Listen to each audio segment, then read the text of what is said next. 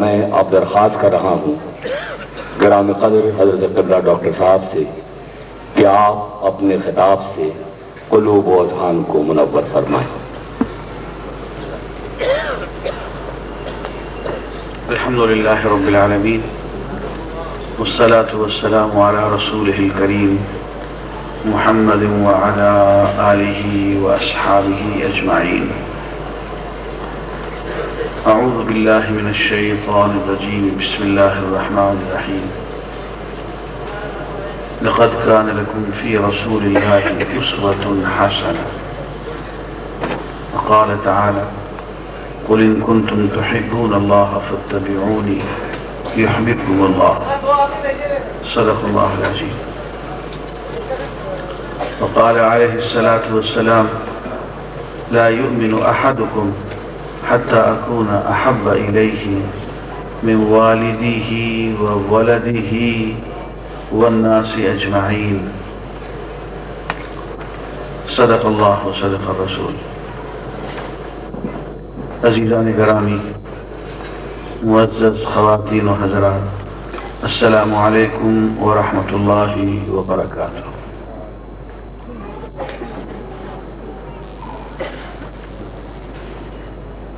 سیرت کی محفل ایک انتہائی مقدس محفل ہوتی ہے، اور اس میں نعت ایک انتہائی دل کو جلا بخشنے والا عمل ہوتا ہے۔ لمبی بات ہو جائے گی، ایک جملے میں عرض کرتا ہوں اپنی ذات کی حد تک کہ مجھے جتنا فائدہ نعت سننے، کہنے اور پڑھنے سے ہوا ہے کسی اور چیز سے نہیں ہوا۔ اور بعض دفعے تو ایسا ہوا کہ کام ہی خراب ہو رہا تھا، معاملہ ہی بگڑ رہا تھا، ایک نعتیہ شعر نے بگڑی بنا دی۔ 1977 کی بات ہے، میں پہلی مرتبہ روضہ اقدس پہ حاضر ہوا۔ حاضر کیا ہوا؟ جیسے کوئی منہ اٹھائے چلے جاتا ہے، پہنچ گیا۔ اب جو وہاں جا کے عرض کی الصلاۃ والسلام علیک یا رسول اللہ،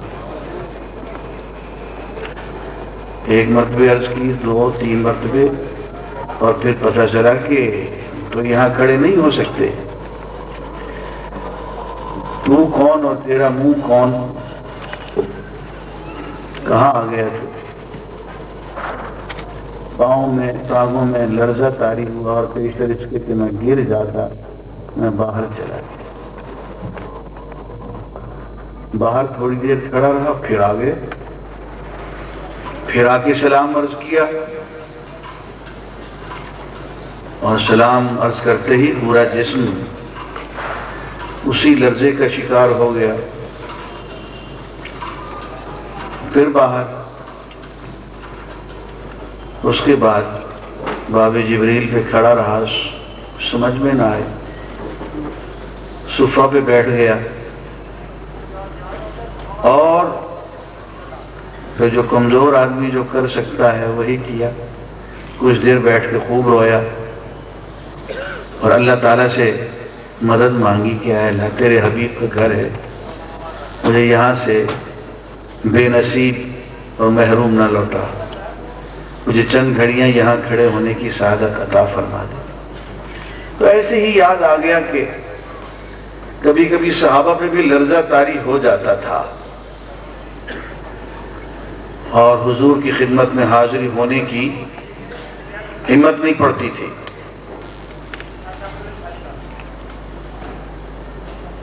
تو اس وقت پھر ایک ان کا نغمہ تھا، وہ پڑھتے تھے، جسے ہم کلمہ رضا کہتے ہیں، رضیت باللہ ربا، اور اونچی آواز میں کہتے تھے، رضیت باللہ ربا وبالاسلام دینا وبمحمد نبیا ورسولا۔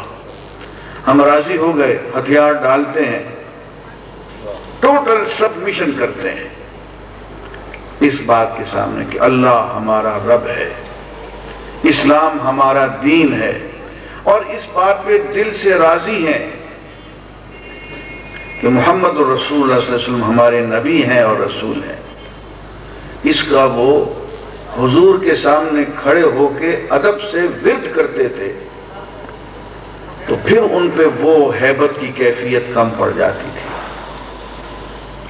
ایک تو یہ کیا، لیکن سچی بات یہ ہے کہ ایک رند کا شیر جو ہے اس نے خوب بہار دکھا دی۔ دیکھیں کون کہاں کام آیا۔ اختر شیرانی، اس کا ایک شعر، مجھے اپنی پستی کی شرم ہے، تیری رفعتوں کا خیال ہے۔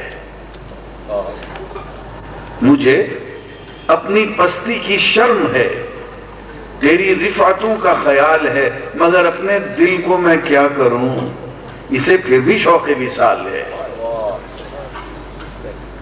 اب یہ پڑھتے ہی میں سمجھتا ہوں کہ وہ معاملہ جو ہے وہ درست ہو گیا، اور اتنا درست ہوا کہ وہ جو آرزو نے کہا کہ اتنا برسا ٹوٹ کے بادل، ڈوب چلا میں خانہ بھی، اللہ نے بہت کرم کر دیا۔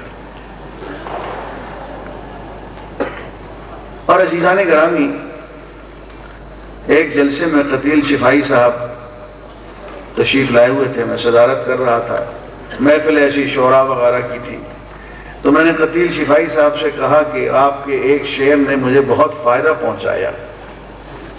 میں بیت اللہ کے سامنے کھڑے ہو کے میں نے یہ شعر پتہ نہیں کتنی مرتبہ پڑھا اور پتہ نہیں کہاں سے کہاں پہنچ گیا۔ کہنے لگے میرا شعر؟ میں نے کہا ہاں۔ ان کی ایک بہت مشہور غزل ہے، اڑتے اڑتے آس کا پنچھی دور افق میں ڈوب گیا اور روتے روتے بیٹھ گئی آواز کسی سودائی کی، بڑی مشہور غزل ہے ان کی۔ اس کا ایک شعر یہ بھی ہے، اور میں نے کعبے کے سامنے کھڑے ہو کے پڑھا کہ آپ کے ہوتے دنیا والے میرے دل پر راج کریں، آپ کے ہوتے دنیا والے میرے دل پر راج کریں، آپ سے مجھ کو شکوہ ہے، خود آپ نے بے پرواہی کی۔ تو قتیل شفائی بیچارہ رونے لگا، کہنے لگا یہ تو شعر فٹ ہی یہیں آتا ہے، میں نے پتہ نہیں کس جگہ کے لیے لکھا تھا۔ ایک شاعر حضور کی شان میں حجب کہتا پھرا، صحابہ کے مشورے سے حکم یہ ہوا کہ جہاں نظر آئے اس کو قتل کر دو۔ ہاں، اور یہاں سے ثابت ہوتا ہے کہ حضور کی شان میں گستاخی کی سزا موت ہے۔ ہاں، اس نے حجب کی،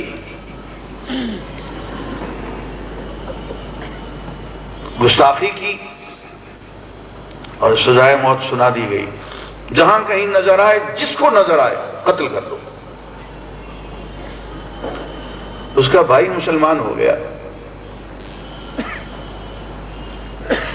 بھائی میں ڈسٹرب ہو رہا ہوں، یہ ریکارڈنگ بعد میں کر لیجئے گا۔ کہیں اور ہو رہی ہے؟ نہیں، یہی ہو رہی ہے، آواز ساتھ ہی آ رہی ہے۔ اس کا بھائی مسلمان ہو چکا تھا۔ حضور نے بچنے کی ایک ہی شکل ہے کہ حضور کی خدمت میں ایک نعت کسی طرح سے پڑھ دو، چھپتے چھپاتے آ جاؤ، کسی کو پتہ نہ چلے کہ یہ فلاں آدمی آ رہا ہے۔ تو وہ منہ چھپا کے چھپتے چھپاتے اچانک حضور کے سامنے ظاہر ہو گیا اور کہنے لگے یا رسول اللہ، میں آپ کی خدمت میں ایک قصیدہ عرض کرنا چاہتا ہوں۔ آپ نے فرمایا اگر تم وہ ہو جس نے اتنی حجمیں کہی ہیں اور نعت کہنا چاہتے ہو تو بھی ہم معاف کر دیں گے۔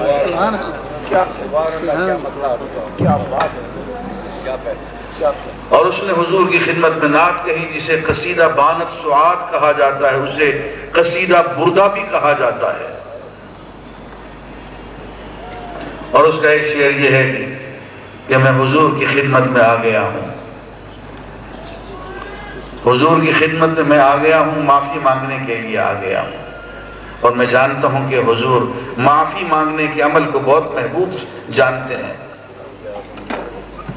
حضور اکرم صلی اللہ علیہ وآلہ وسلم نے اپنی چادر اتاری اور اس کو پہنا دی، اور اس اعتبار سے وہ قصیدہ بردہ کہلاتا ہے۔ ایک اور قصیدہ بردہ بھی ہے جو علامہ بوصیری رحمۃ اللہ علیہ نے کہا، فالج کے مریض ہو گئے بیچارے، بہت علاج کرایا، ٹھیک نہیں ہوئے،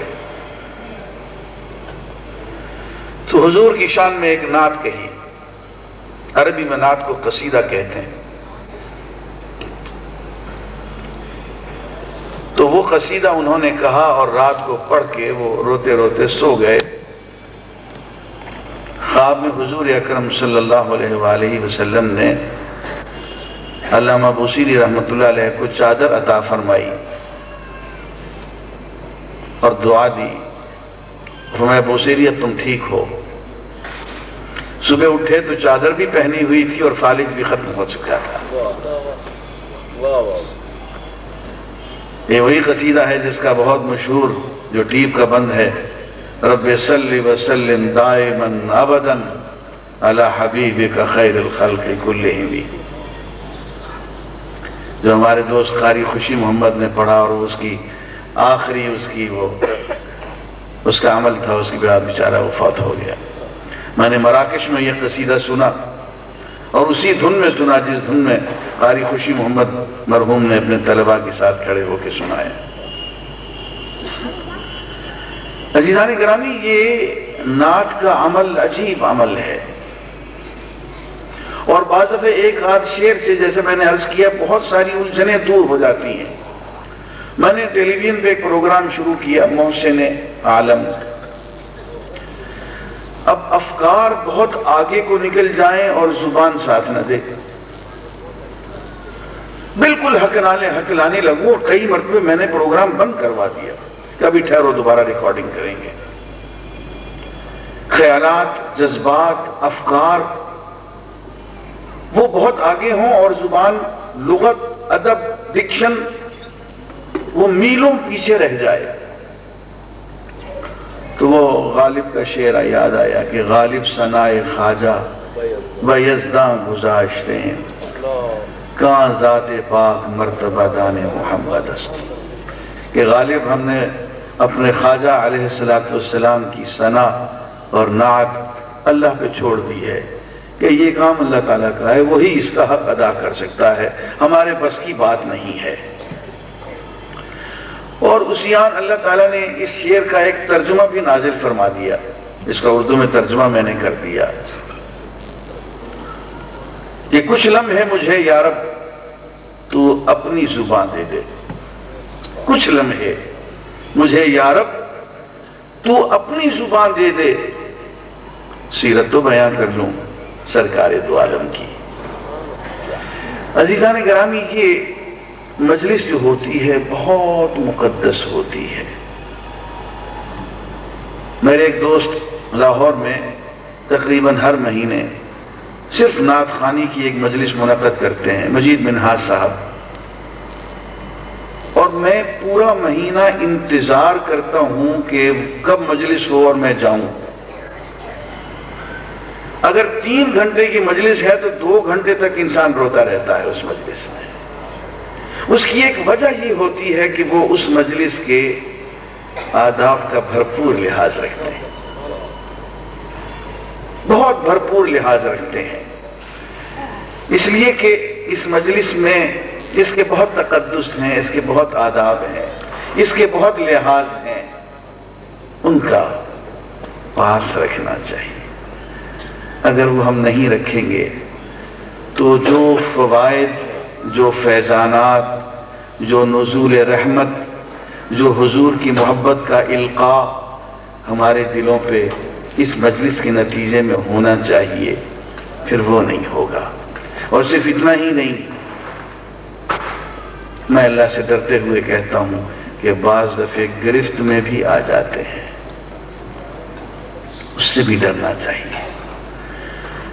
ہمارے ہاں یہ مجالس خواتین میں بھی ہوتی ہیں، سیرت کی مجالس خواتین میں بھی نعت خواں ہوتی ہیں اور ماشاءاللہ میں نے دیکھا ہے کہ وہ حق ادا کرتی ہیں اور بہت عمدہ نعتیں پڑھتی ہیں.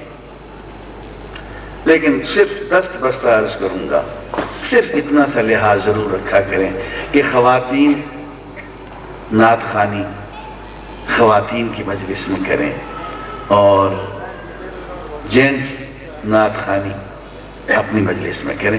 اس میں اختلاط نہیں ہونا چاہیے ورنہ پاس ادب نہیں رہے گا اور اس میں نقصان کا اندیشہ بہت ہے. میں اس موضوع سے آگے گزرتا ہوں. حضرت خواجہ نظام الدین اولیاء رحمۃ اللہ علیہ کا ایک قول بیان کرتے ہیں. سماع ہمارے ہاں ایک بہت بڑا فن ہے اور اس سے اہل علم نے، اہل معرفت نے، حتیٰ کہ اہل دعوت نے اور اہل تبلیغ نے بہت فائدہ اٹھایا. میں ایک عرصے تک محفل سماع میں بیٹھتا رہا ہوں. میری پہلی بیعت حضرت خواجہ غلام فرید رحمۃ اللہ علیہ کے سلسلے میں ہے، جن کی ہاتھ بیعت خواجہ محمد اعظم رحمۃ اللہ علیہ تھے، فرید آباد شریف میں وفات ہو گئے. اس کے بعد پھر میں حضرت کرم والا صاحب کی خدمت میں جانے لگا نقشبندی سلسلے میں. پھر سماع ایک انتہائی مؤثر اور بہت تیز اثر کرنے والی دعوت ہے جسے ہمارے ہاں اولیاء اللہ نے اختیار کیا. یہ ان کا اجتہاد تھا. اجتہاد درست بھی ہو سکتا ہے، غلط بھی ہو سکتا ہے، لیکن اجتہاد کہنے میں ہمیں کوئی شک نہیں ہے، اجتہاد ہے. اب اس اجتہاد کو کہ یہ سماع جو ہے یہ جائز ہے اور ضروری ہے، خاص طور پہ ہندوستان کی حد تک ضروری ہے، خواجہ نظام الدین اولیاء رحمۃ اللہ علیہ نے اس کے 4 آداب بیان کیے. فوائد الفؤاد کو ذرا غور سے پڑھیے، خواجہ صاحب کی کتاب. وہ ماتے پہلا ادب یہ ہے کہ جو کلام پڑھا جائے وہ خلاف شریعت نہ ہو، خلاف عقیدہ اسلامی نہ ہو. دوسرا ادب یہ ہے کہ مزامیر، وہ آلات موسیقی جن سے حضور اکرم صلی اللہ علیہ وآلہ وسلم نے بصراحت منع فرما دیا ہے، ان کو دور رکھا جائے.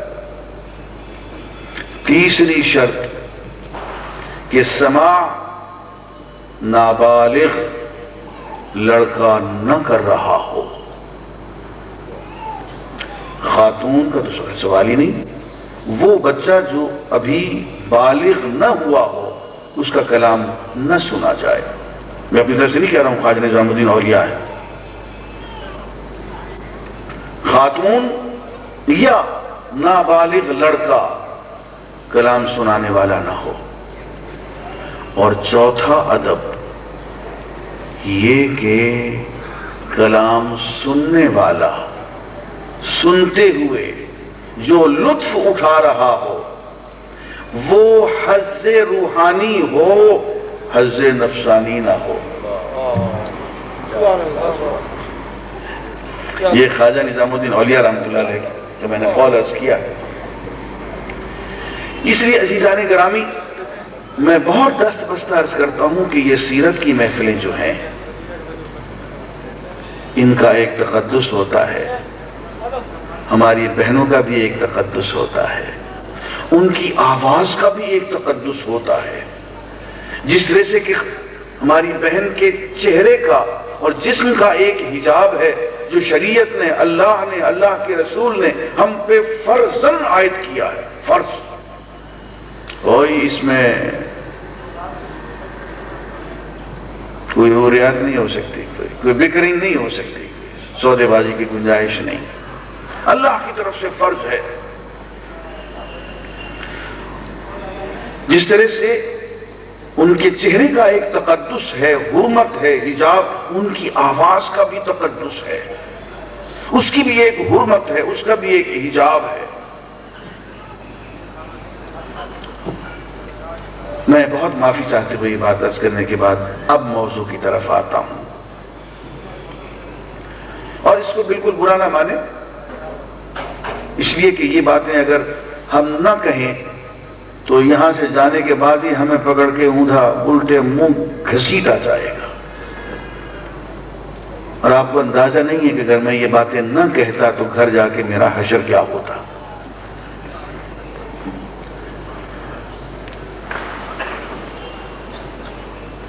میں نے جو آیت تلاوت کی وہ یہ تھی، قل اے نبی صلی اللہ علیہ وآلہ وسلم لوگوں سے فرما دیجئے، ان کنتم تحبون اللہ، اگر تم اللہ سے محبت کرتے ہو، فاتبعونی، تو میرا اتباع کرو، میری پیروی کرو، میری زندگی اپنا لو، میری پسند کو اپنی پسند بنا لو، میری ناپسند کو اپنی ناپسند بنا لو، میرے رنگ میں پورے کے پورے رنگے جاؤ.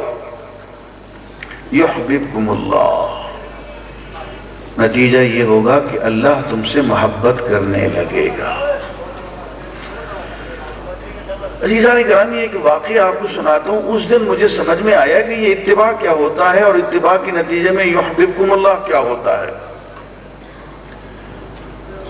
میرے چھوٹے بھائی نے شادی کی اور پہلا بیٹا پیدا ہوا، بچہ بہت پیارا، بہت حسین. وہ سال بھر کا ہوا، شاید ڈیڑھ دو سال فوت ہو گیا. اب اس کو تو صبر آ گیا، لیکن ان کی والدہ کو صبر نہ آیا. تو میں نے ان کو لاہور میں بلوایا، باولپور سے لاہور تشریف لے آئے تاکہ کچھ سیر کر لیں، غم غلط ہو جائے. تو شالیمار باغ لے گیا. میں شالیمار میں گئے، گھوم پھر غم غلط ہو گیا، سیر میں لگ گئی. اب سیر کر رہی ہے کہ اچانک ایک بچہ سامنے آ گیا، اور اتفاق سے یہ بچہ مشابہ تھا، شکل ملتی تھی اس کے اپنے بیٹے سے. اب دیکھتے ہی اس نے اس بچے کو اٹھا لیا، اسے چومنا بھی شروع کر دیا، پیار کرنا شروع کر دیا اور رونا شروع کر دیا. اس وقت مجھے یہ آیت یاد آئی، قل ان کنتم تحبون اللہ، لوگو تم اگر اللہ سے محبت کرتے ہو، فاتبعونی، تم مجھ جیسے بن جاؤ. میری شکل، میری زندگی، میری شخصیت اللہ کو بہت پیاری لگتی ہے. میں اللہ کا محبوب ہوں. میری ایک ایک ادا اللہ نے خود ریگولیٹ کر دی ہے، میری ایک ایک عادت کو خود اللہ نے سنوار دیا ہے، میری زندگی کے ایک ایک خاکے میں خود اللہ نے رنگ بھرا ہے.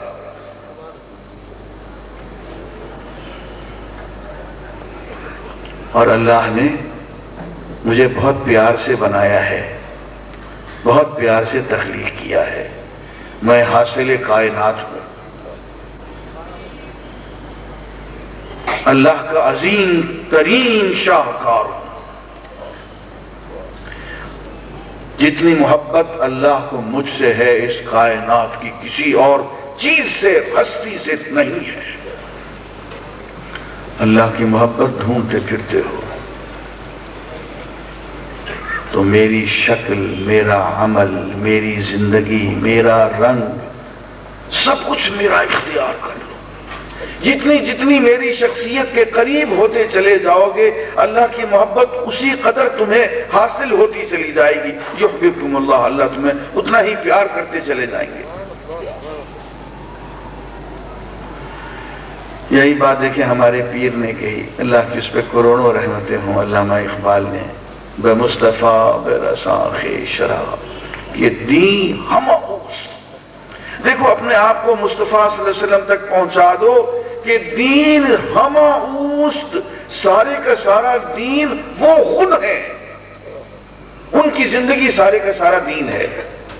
اگر بہو نہ رسیدی تمام بولا حدیث، اگر حضور تک نہیں پہنچ پائے تو ساری بولہبی ہے. عزیزان گرامی، آج آپ کو ایک بات عرض کرتا ہوں، اس کو ذرا غور سے سنیے، شاید آپ نے پہلے نہ سنی ہو.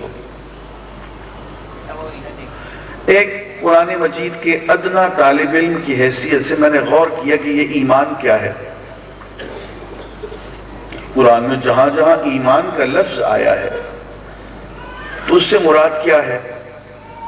میں نے اپنے ایک استاد سے پوچھا، مولوی صاحب سے پوچھا، اس نے کہا ایمان اللہ پہ ہوتا ہے، اللہ کے رسول پہ ہوتا ہے، فرشتوں پہ ہوتا ہے، کتابوں پہ ہوتا ہے، یوم القدر خیر ہی و شر ہی، اور مرنے کے بعد جنت پہ جہنم پہ تقدیر پہ، یہ سارے ایمان ہے۔ ایمان مفصل کو خوب رٹا لگایا، 6-7 جو آرٹیکلز آف فیتھ جنہیں کہا جاتا ہے۔ لیکن عزیزان گرامی، ایک دن میں قرآن مجید پڑھ رہا تھا اور اللہ تعالیٰ نے ایک بات سجھا دی۔ اچھا ایک بات اور بھی کہہ دیں، کبھی کبھی اللہ تعالیٰ خود استاد بن کے ساتھ بیٹھ جاتا ہے، فرماتے ہیں واتقوا اللہ، اللہ کی محبت اختیار کر لو، اللہ کا تقوی اختیار کر لو، وَيُعَلِّمُكُمُ اللَّهُ، اللہ تمہیں تعلیم دینے لگ جائے گا، وہ تمہارا معلم بن جائے گا، تمہارا استاد بن جائے گا۔ لیکن جو بات کہو وہ اللہ کی محبت میں آ کے، اس کے تقوی میں آ کے کہو، کوئی ویسٹڈ انٹرسٹ نہ ہو۔ ایک دن مجھے یوں محسوس ہوا کہ قرآن مجید میں جہاں کہیں بھی لفظ ایمان کا استعمال ہوا ہے، اس سے مراد صرف محمد رسول اللہ پہ ایمان ہے۔ عزیزان گرامی، میری اس بات کو ذرا دھیان سے سنیے۔ آ گئی ہو وہ کہتا تھوڑی دیر کا روزہ بھی اس میں آ جاتا ہے، تھوڑی دیر کا حج بھی اس میں آ جاتا ہے۔ کوئی عبادت ایسی نہیں ہے جو نماز کے اندر نہ آ گئی ہو۔ اس کو جمیع عبادات کہتے ہیں، تمام عبادتوں کو اکٹھا کرنے والی بڑا عجیب کاکٹیل اللہ نے ہمیں دے دی ہے۔ لیکن اس کے باوجود حضور فرما رہے ہیں کہ ایک آیت سمجھ کے پڑھ لینا 100 رکعت نماز سے افضل ہے۔ تو معلوم ہوا کہ اصل کام جو ہے وہ تو قرآن سمجھنے کا ہے۔ آپ دیکھیے کسی عمل پہ اللہ تعالیٰ نے ہمیں یہ حکم نہیں دیا کہ دیکھو یہ عمل کرنے سے پہلے تم اللہ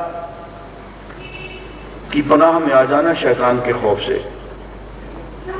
صرف ایک قرآن پڑھنے کا ایسا عمل ہے کہ اذا قرأت القرآن فاستعذ باللہ، جب قرآن پڑھنے لگو تو شیطان رجیم سے اللہ کی پناہ میں آ جائے کرو، کہ شیطان کا اصل مورچہ یہ ہے، اس کی اصل پلاننگ یہ ہے کہ آپ کو قرآن نہ پڑھنے دے، قرآن نہ سمجھنے دے۔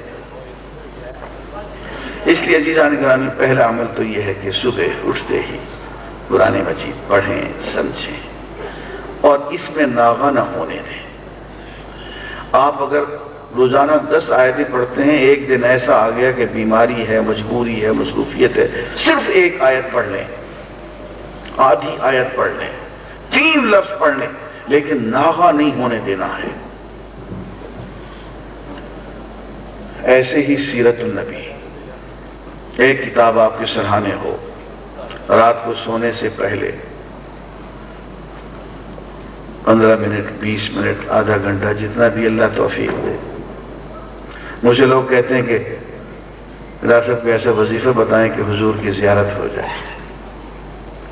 میں آپ کو پوری ایمانداری سے بتا رہا ہوں کہ سیرت طیبہ کا مطالعہ کریں، ایک کتاب پڑھیں، دوسری پڑھیں، تیسری پڑھیں، چوتھی پڑھیں، اور چوتھی کتاب جب آپ پڑھ رہے ہوں گے تو میں آپ سے اللہ کی طرف سے وعدہ کرتا ہوں کہ یا تو کہیں غزوہ بدر میں آپ حضور کے ساتھ ہوں گے، یا آپ حضور ممبر پہ ہوں گے اور آپ نیچے سامنے مسجد نبوی میں بیٹھے ہوئے حضور کا خطبہ سن رہے ہوں گے۔ 2 ہی عمل ہیں میرے نزدیک جو حضور کے قرب کا انتہائی مؤثر ذریعہ ہے، حضور اکرم صلی اللہ علیہ وسلم کی ذات گرامی پہ کثرت سے درود بھیجنا اور حضور کی سیرت کا مطالعہ کرتے چلے جانا۔ میرے خیال میں نے وقت زیادہ لے لیا، میں معافی چاہتا ہوں۔ میں نے شروع میں کچھ باتیں ایسی بھی کہیں جو ہو سکتا ہے بعض لوگوں کو ناگوار گزری ہوں، میں دل سے معافی چاہتا ہوں، لیکن سچی بات یہ ہے میں نے نیک دلی سے کی ہیں، میں نے کسی کا دل دکھانے کے لیے نہیں کی ہیں، اور میں آپ سے سچ کہتا ہوں اگر میں نہ کہتا تو میری پٹائی ہو جاتی۔ وآخر دعوانا الحمدللہ رب العالمین۔ سبحان اللہ، سبحان اللہ، سبحان اللہ۔ سامعین محترم، واجب القدر جناب ڈاکٹر ولی القرآن مرتضیٰ اپنے افکار و خیالات کا اظہار فرما رہے تھے۔ ڈاکٹر صاحب کے ذوق نعت کی نظر پچھلے دنوں دوران علالت جن گلیوں کا آپ تذکرہ فرما رہے تھے چند اشعار کہنے کی اللہ نے توفیق دی، وہ آپ کے حسن سماعت کی نظر کر رہا ہوں کہ خوشبوئے زلف پیمبر سے معمبر کلیاں، خوشبوئے زلف پیمبر سے معمبر کلیاں، ہم نے دیکھی ہیں مدینے کی معطر گلیاں، ہم نے دیکھی ہیں مدینے کی معطر گلیاں، جن کا ہر ذرہ عطا کرتا ہے سورج کو چمک، جن کا ہر ذرہ عطا کرتا ہے سورج کو چمک، ہے جہاں بھر میں کہیں ایسی منور گلیاں، اور رحمت ہر دو جہاں آپ کے قدموں کے طفیل، رحمت ہر دو جہاں آپ کے قدموں کے طفیل، بن گئی ریت سے رحمت کا سمندر گلیاں، بن گئی ریت سے رحمت کا سمندر گلیاں، اور اب تلک بوزر و حسان سے منسوب ہے یہ، اب تلک بوزر و حسان سے منسوب ہے یہ، ایسی ہوتی ہیں مقدر کی سکندر گلیاں، ایسی ہوتی ہیں مقدر کی سکندر گلیاں۔ اور اکثر یہاں شعراء بھی تشریف فرمائے جو کہتے ہیں کہ مدینے میں اشعار ہوئے، یہ ان کی نظر ہے کہ جب یہ اقرار کہ ان گلیوں میں اشعار ہوئے، جب یہ اقرار کہ ان گلیوں میں اشعار ہوئے، پھر بھلا آپ ہوئے یا کہ سخنور گلیاں، پھر بھلا آپ ہوئے یا کہ سخنور گلیاں، پھر بھلا آپ ہوئے یا کہ سخنور گلیاں، اور جب قدم اٹھتے ہیں سرکار کے روضے کی طرف، جب قدم اٹھتے ہیں سرکار کے روضے کی طرف، سیدھی جنت میں چلی جاتی ہیں اٹھ کر گلیاں۔ اور سامعین محترم، جس شعر کے لیے اللہ نے توفیق دی، اس میں 2 حدیثیں اور ایک تاریخ کا سانحہ ہے کربلا، اس پہ آپ حضرات کی توجہ چاہوں گا کہ ایسی ہوتی ہیں مقدر کی سکندر گلیاں، علم کے شہر پہ ہیں 30 سپارے روشن، علم کے شہر پہ ہیں 30 سپارے روشن، ایک ہے شہر کا در اور 72 گلیاں، علم کے شہر پہ ہیں 30 سپارے روشن، ایک ہے شہر کا در اور 72 گلیاں، اور جن کی گلیوں کے قدا آپ شہریار ہوئے، کاش ہو جائیں مجھے بھی وہ میسر گلیاں، کاش ہو جائیں مجھے بھی وہ میسر گلیاں۔ سامعین محترم، الحمدللہ حسن انتظام و اہتمام کا عالم یہ ہے کہ خطاب، نعت، نماز سے لے کر چائے اور عشائیے تک کا اہتمام کیا گیا ہے۔ منتظمین نے اس وقت آپ حضرات کے لیے چائے کا اہتمام کیا ہے، اس کے بعد انشاءاللہ تعالی جو کارروائی ہوگی میرے ممتاز و محترم دوست جناب معراج الدین خان اس کارروائی کو انجام دیں گے، اور